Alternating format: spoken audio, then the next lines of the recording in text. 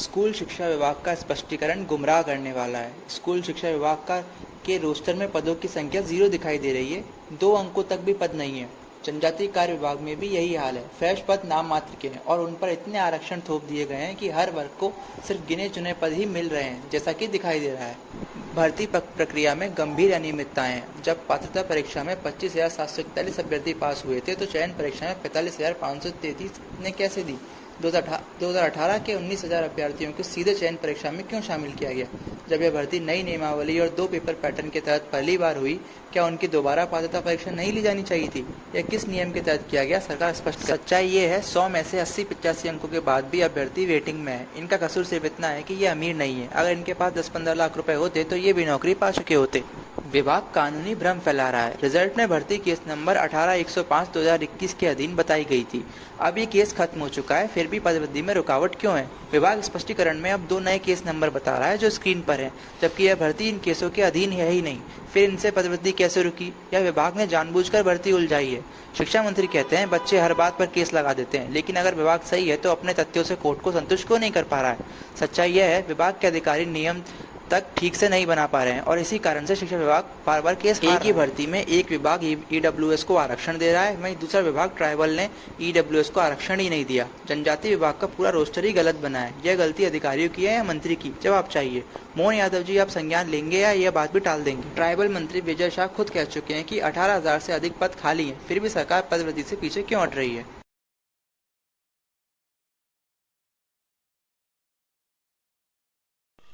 मुख्यमंत्री जी, आपने गर्व से कहा सीमित संसाधनों में गोदड़ी के लालों ने कमाल किया, लेकिन 20 साल से बीजेपी के सत्ता में होने के बावजूद संसाधन सीमित क्यों हैं?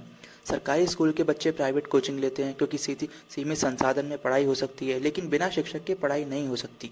आपने बच्चों से पूछा नेता या मास्टर क्यों नहीं बनना चाहते? जवाब है क्योंकि शिक्षा विरोधी आपकी सरकार हजारों पद खाली होने पर भी शिक्षक भर्ती नहीं करती। नेता इसलिए नहीं बनेंगे क्योंकि झूठे वादे करके अपने आप से नजर नहीं मिला पाएंगे। यूडीआईएसई शिक्षा मंत्रालय भारत सरकार की रिपोर्ट के अनुसार मध्य प्रदेश में बीते 4 सालों में देश में सबसे ज्यादा स्कूल बंद हुए। इसे सरकार कैसे जुटलाएगी? स्कूली शिक्षा विभाग में एमपी का देश में 20वां स्थान है। साक्षरता दर में एमपी का देश में 25वां स्थान है। भ्रम और छल का खेल। विधानसभा चुनाव में मोदी जी ने कहा साल के अंत तक बिना शोर शराबे के 60,000 शिक्षकों को नियुक्ति कर देंगे, लेकिन अब देखिए मोहन सरकार का असली चेहरा, जनसंपर्क विभाग का भ्रम फैलाना। जनसंपर्क विभाग ने 29 दिसंबर 2024 को दावा किया कि वर्ष 2022-23-24 में 15,000 उच्च माध्यमिक शिक्षकों को नियुक्ति दी गई।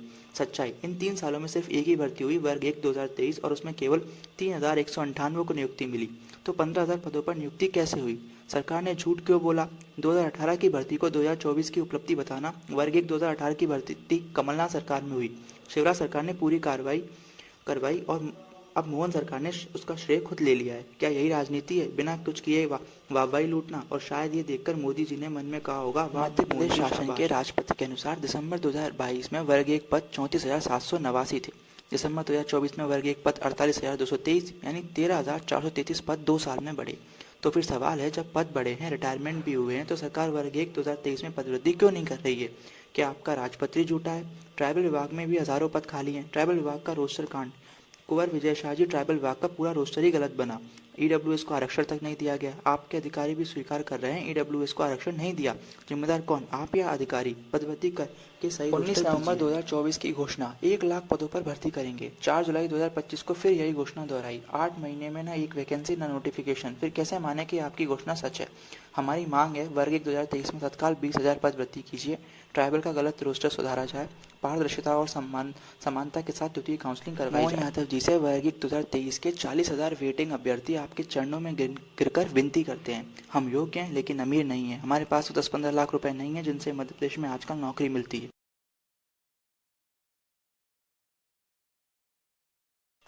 आप मध्य प्रदेश के 2 बड़े विभागों के मंत्री हैं, एक है मालदार परिवहन विभाग, दूसरा शिक्षा विभाग, जिसमें प्रदेश का भविष्य पलता है। लेकिन अफसोस कि आपकी पूरी सक्रियता सिर्फ परिवहन विभाग तक सिमट गई है। स्कूल शिक्षा विभाग आज निराश्रित हो चुका है।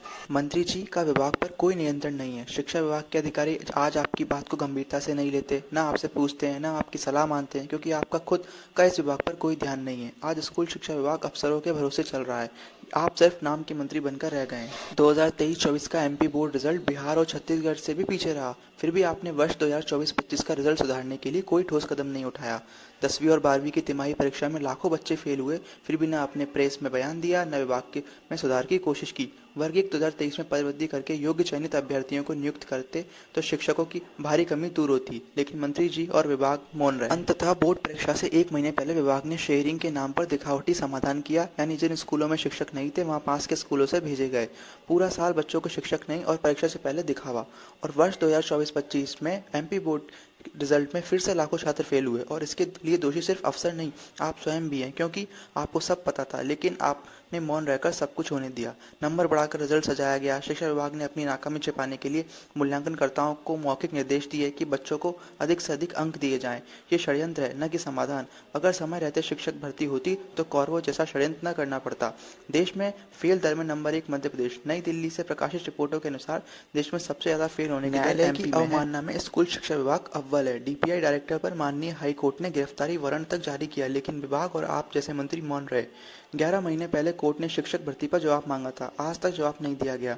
डीपीआई में वर्षों से जमे अफसर प्रतिनियुक्ति पर राज कर रहे हैं, क्या आपने कभी इनको हटाने का निर्देश दिया? मध्य प्रदेश सरकार 2025-26 में 90,000 अतिथि शिक्षक रखने वाली है, लेकिन दो परीक्षा पास योग्य वर्ग 1 2023 अभ्यर्थी को नियुक्ति नहीं देना चाहती। ये कैसा न्याय है? नई शिक्षा नीति के भी खिलाफ और न्यायालय के आदेश का भी उल्लंघन। हाई कोर्ट ने 7 साल पहले आदेश दिया था कि 70,000 अतिथि रखना नियम विरुद्ध है, फिर भी सरकार ने 7 साल में कोर्ट के आदेश का पालन।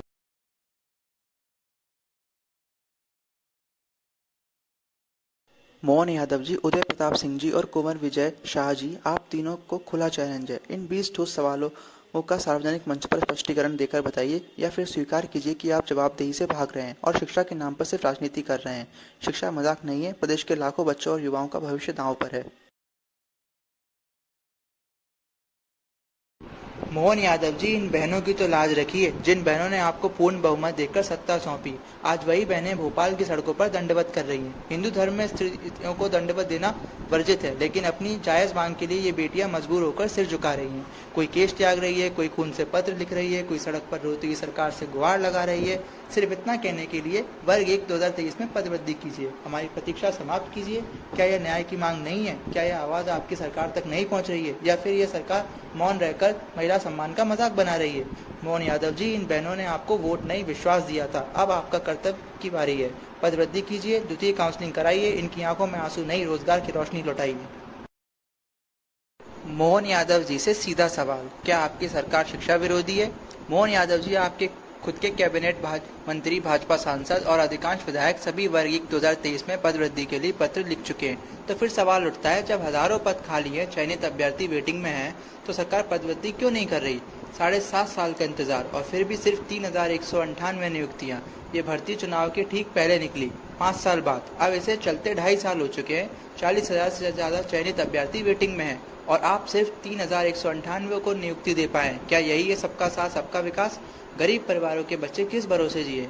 हर किसी के पास प्राइवेट स्कूल की फीस देने की हैसियत नहीं होती। सरकारी स्कूल ही उम्मीद है, लेकिन वहाँ शिक्षक नहीं है। वर्ग 1 2023 में तत्काल पदवृद्धि कीजिए और द्वितीय काउंसलिंग करवाकर शेष चयनितों को नियुक्ति दीजिए। जब आपकी सांसद, मंत्री और विधायक पदवृद्धि मांग रहे हैं, फिर किसके दबाव में सरकार ये नहीं कर रही? क्या आपकी सरकार शिक्षा और योग्य युवाओं के प्रति असंवेदनशील है?